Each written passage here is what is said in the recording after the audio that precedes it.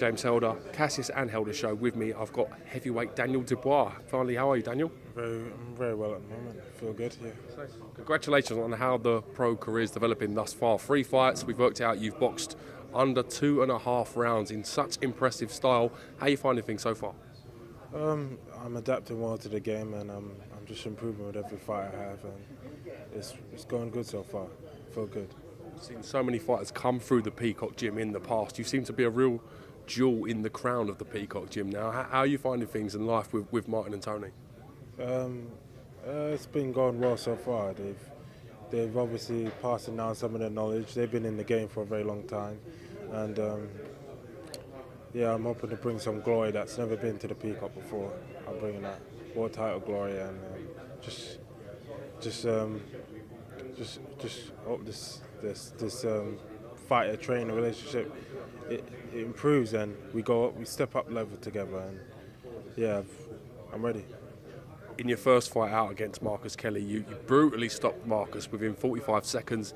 In your second fight, we saw you with a real tough Olympian, again, taking 2 rounds to dismantle him. In your third fight, even quicker, 35 seconds against David Howes. You took rounds of some good opposition. So what do you want? Do you want Frank to match you tougher? Do you want tougher fights from the get-go?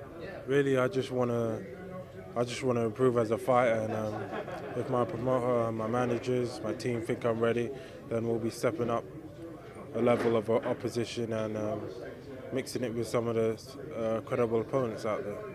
It's been no secret from your amateur experience, the level of guys that you've sparred with, trained with, day in, day out. How competitive was that amateur GB days, in your opinion? To be honest, it was very competitive, very intense, very full-on, work all the time. No, just full-on. Competitive guys around me who's guys that are just want to be the best and want to be the top of their game, and I'm competing with them guys. So it was very good it's learning experience for me. Was you aware of, when you're sparring these guys in the amateurs, that potentially they will be your rivals, if you like, if you would chose to go into the paid ranks? Yeah, it's a sport and a business at the end of the day, and that's fully expected. Fully expected, yeah. Now, you're back in action on the undercard of Billy Joe Saunders defending his world title against Avondale Kurtzidze. Big chance for you to again impress on BoxNation and BT Sports. How excited are you to get that opportunity? Very excited. My last bill being a very big one, especially Javante Davis, Liam Walsh, and I'm glad to be back on another big bill and building my profile as a fighter and improving, and now people can see me develop as a fighter. Some big heavyweights in this country, on the world scene. Frank Warren said potentially he's going to try and speak to the board to get them to change the rules so you can fight for the British title under the age of 21 years old, with yourself being only 19 years old. What are your thoughts on that? Brilliant.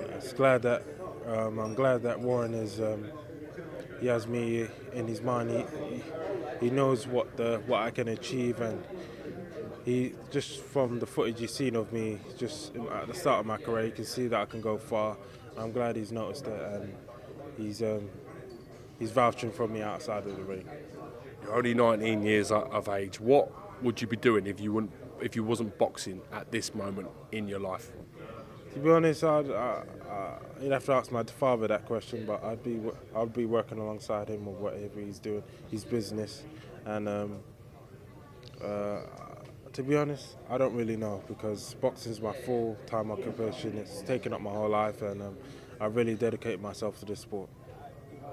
No long-term, no long-term regret of not staying and looking to get that Olympic gold?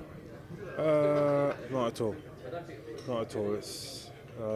I'm glad I've made this transition, put myself in this sort of scenario and this situation. It'll only prove the best out of me, and show how really good I can become as a fighter. Do you think you'll make Stratford your home? Do you think that'll be a place that opposition and boxers fear going to face you? Quite possibly. It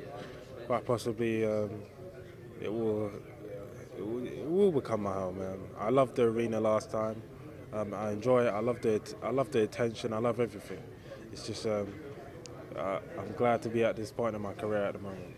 Slowly coming out of yourself as well. We've seen you obviously a lot more talkative, a lot more smiling recently. So you must be sort of growing into yourself every day. Well, I love boxing so dearly that I have to. If I didn't want to be here, I wouldn't be coming out people call it coming out myself, but I wouldn't be talking. And I love boxing so dearly that I adapt all of this stuff, the interviews, the talk, the building up the fights, and one day I'll be very good at it. How do you think you'll handle the pressure of being one of the leading lights of the British domestic scene? As long as I stay in the gym and keep doing what I do and stay dedicated to the sport, I should be out there with the best of them. Thank you very much for giving the Castanelda Show a bit of your time today, Daniel. Great to get you on as always, mate, and we look forward to the build-up for your big fight on the undercard of Billy Joe Coetzee. Thank you. Yes, thank you too. Appreciate it. Thank you, Joe.